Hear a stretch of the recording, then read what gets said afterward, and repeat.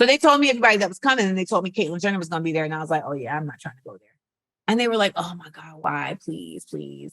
And I was like, because like, I'm not really trying to get into it. And I feel like she's going to piss me off. And they were like, well, we kind of are anticipating, that you guys have opposing opinions, and we would love to be able to have that shared, because that's what this dinner is all about. Being able to break bread with folks while still being respectful, while still having integrity and still getting your point across, and also still eating your food.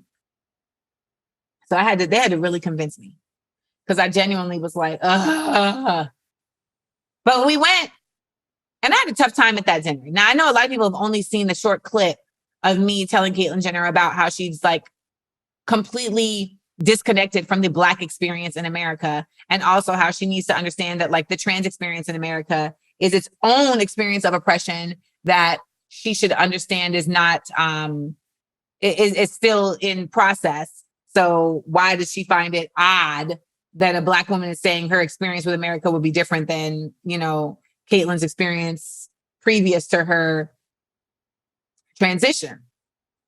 But it was a difficult dinner for me, because it was like so many of us experience at these dinners where it's not just about people expecting you to be polite, but it's more so like everybody is pretending. And it's like, so you need to be pretending too. That's the expectation. We're all going to pretend so we can just get through this dinner, or we're all going to pretend so that everyone likes us, or we're all going to pretend whatever. But like people have shown up with that mindset. And I'm not saying that everybody there was like fake or phony, but everybody there was definitely on some like, okay, we're just trying to like have a nice time. And I was like, I'm not going to have a nice time if people are saying bullshit like everyone's voice deserves to be heard in relation to people who voted for Donald Trump. Or, I was being silenced because I said that, he was the next Hitler, and they were like, oh my God, how can you say that? That is so disdainful. Please. And as we've seen now, I wasn't wrong, because that's exactly what he was trying to do. And somehow, some way, there was a miracle on 34th Street, and we did not end up in a fucking fascist republic on the heels of the midterm elections. But that's what a red wave would have brought us. So understand that in 2017, I said that shit at the Dinner with Discourse, and I was on it. Why? Because I be knowing. And every time I would try and speak at that dinner, like I couldn't even like hold my frustration, and I couldn't even like hold my anger in. And I think that was just like very shocking for folks. And it would end up getting squashed, or it would end up being like, it's kind of dismissed, or it would end up being just like shushed in a way, right? Like, okay, Amanda, we hear you. And I was just like, man, fuck y'all.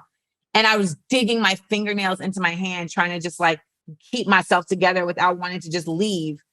And then by the time that the conversation with Jenner about, what she feels she is herself as a citizen came up, I just had exhausted my anger and just was like, I'm just going to lay it out. And I'm going to try and do it as direct as I can and as calmly as I can, because clearly these people just cannot receive passion. And lo and behold, that is the clip that ended up going viral and changing my life.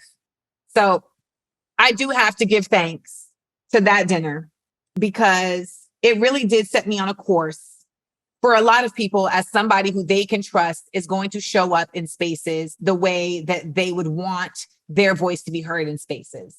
And I take that very seriously, and I continue to move like that in my life.